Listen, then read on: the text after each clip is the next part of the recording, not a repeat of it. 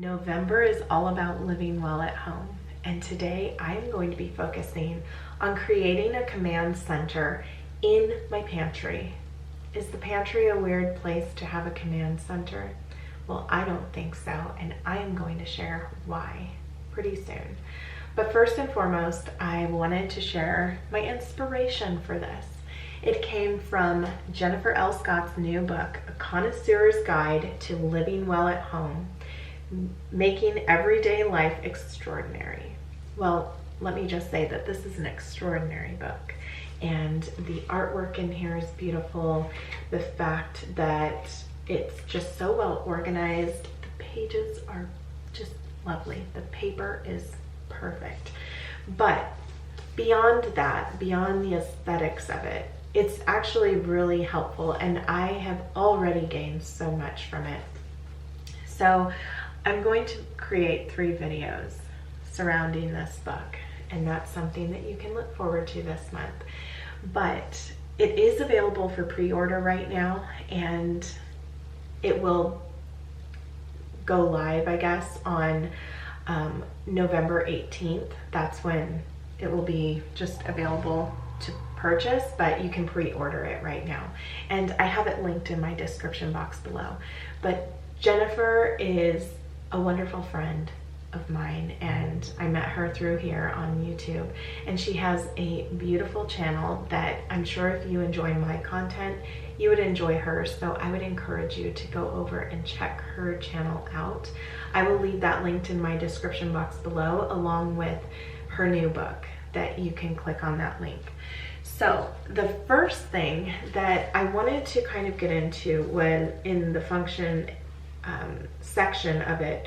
She goes into method and order, which is definitely my cup of tea to read about, talk about, incorporate all of that. I just love method and order. And she talks about her childhood and, just different habits that she formed within hers. And then she encourages you to journal about yours and maybe why you lean more towards certain things. And that was something that really made me stop and think and want to journal about myself. And so I did, and I thought that I would share my own story with you. So while I clean up this space, because before I create a command center, I really just want to get this space in order, I wanted to share a little bit of my story with you. Ever since I could remember, I've had this deep desire to be surrounded by beauty and order. Even as a little girl, my bedroom never quite felt the way I imagined it could. I shared a room with my sister, and while I loved her deeply, she leaned more toward the creative, messy side. I, on the other hand, wanted everything in its place, calm, tidy, feminine, and lovely. Since I didn't have full control over our shared space, I focused on what I could make beautiful, my dollhouse and my Barbie dream house. I spent hours arranging those tiny rooms just so. Looking back, I think they became my little refuge. Those miniature spaces were where I could create the order and beauty I longed for. As I got older, life changed. When my parents divorced, there was a lot of shifting in our family, and that longing for calm only grew stronger. At my mother's house, there always seemed to be a little more than the space could hold. She loved yard sales, and I often felt overwhelmed by it all. I didn't have the language for it then, but I only knew that when my surroundings were peaceful, I felt more steady inside.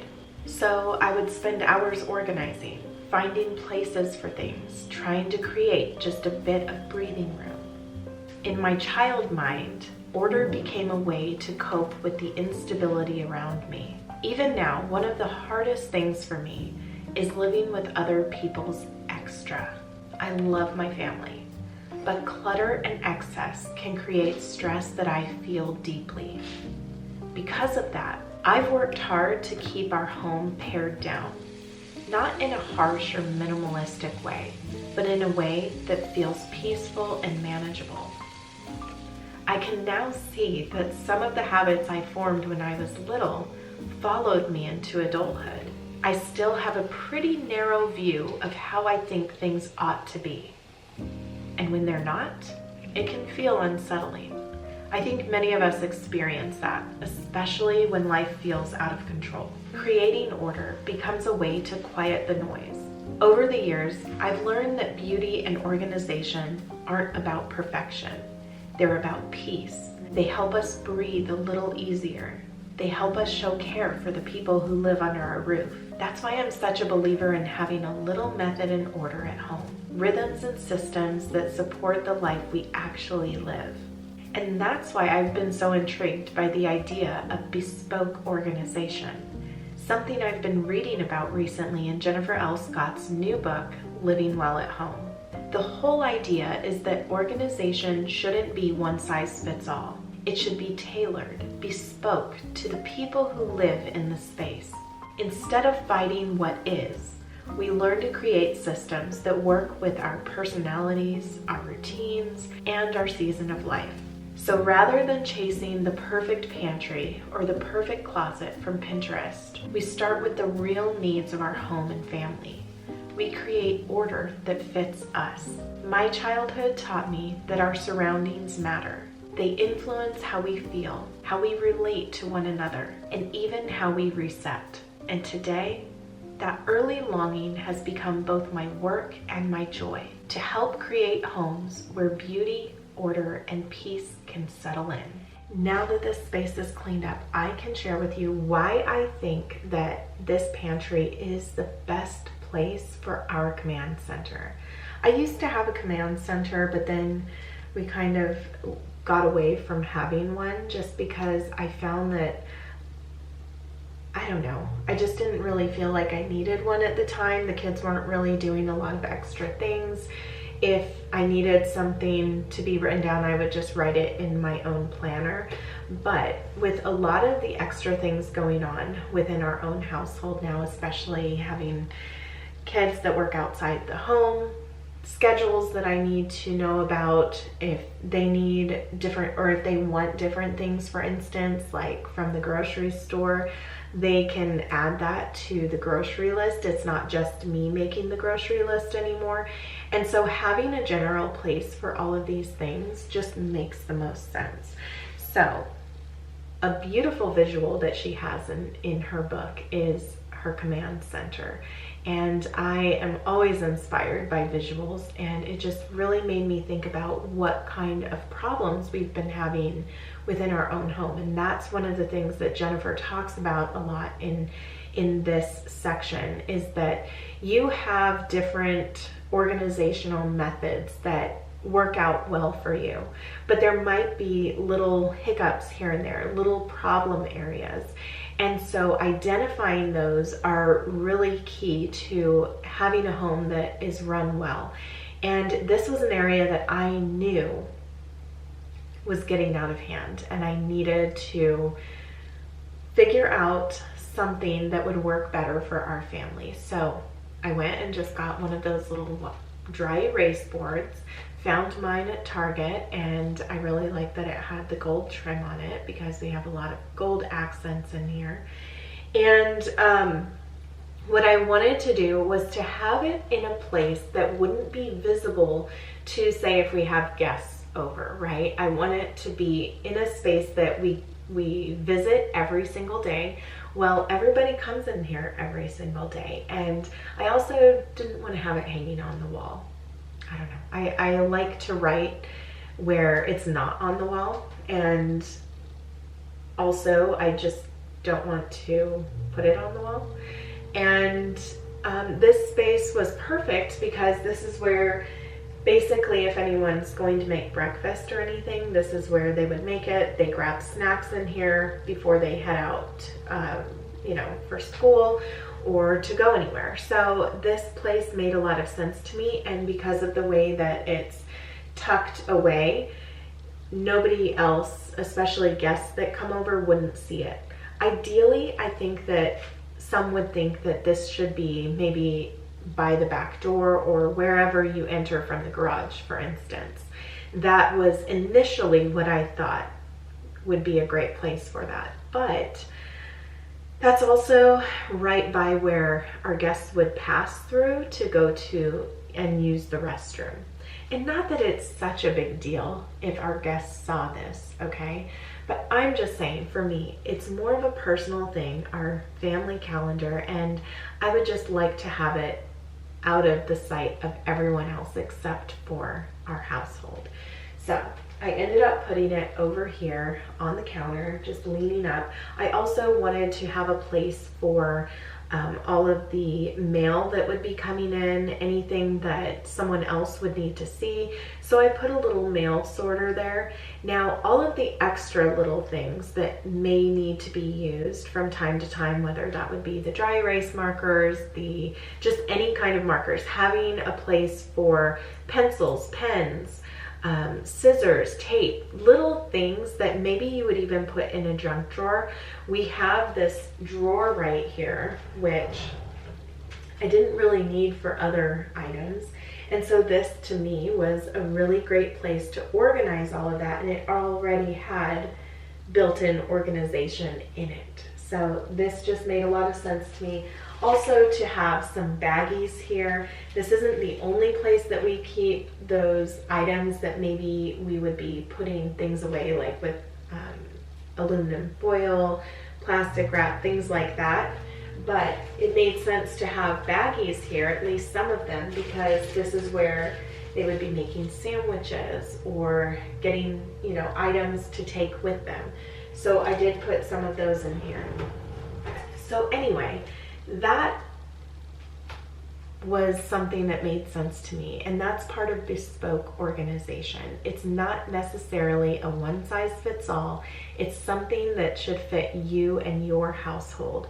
And not to mention that we all have different organizational methods, things that do work for us. And what I appreciate about what she was writing about was that if something's not broke, you don't need to fix it. There are a lot of things that do work out well for us, but it's important to identify the problem areas. And this has been a problem area for us, especially when it comes to the kids always asking, well, what's for dinner? So I ended up writing a section for the menu here on this family calendar. And so that will take the guesswork out of it, and I won't receive all these questions all day long about what's for dinner. If they want to know, they can come in here and see what's for dinner. And then it's also a great place just to have that shopping list so that it's just that common area for everyone to be able to go to see these things, answer their own questions, and also to incorporate different things that they would need to on the calendar. Things that are specific for them, things that I will need to know as well. And it just made the most sense. So I am so thankful that this book was sent to me by her. And I always enjoy Jennifer's books. She is a beautiful writer, and I would encourage you to purchase her book. And just the beauty that surrounds the book, the wisdom within the pages, all of it is something that I think that you would be able to gain from. Now, I couldn't make a video without also mentioning my new book. This is the Lady of the House Handbook, Making the Everyday Beautiful, inspired by Nikki. And this one has already been available since last month, actually, on my birthday. And this one I hope that you will gain from, especially if you are looking for a method for your household to be able to run it well, especially when it comes to cleaning and just keeping things in order and keeping it to where you don't feel overwhelmed with your house and keeping it up. I think that it's a very manageable method and something that you can definitely tailor to you, and that's what I always encourage as the lady of the house, because you know what your household needs, and that is probably one of the reasons why I identified so quickly to her bespoke organization, because it's really about what would be most appropriate for you or for me. So anyway, thank you so much for being here with me today. I really hope that this video inspired you in some way, and I look forward to seeing you in my next video. Welcome to Inspired by Nikki. In today's episode, building a row machine. Nikki's gonna take up rowing because we're going nowhere fast.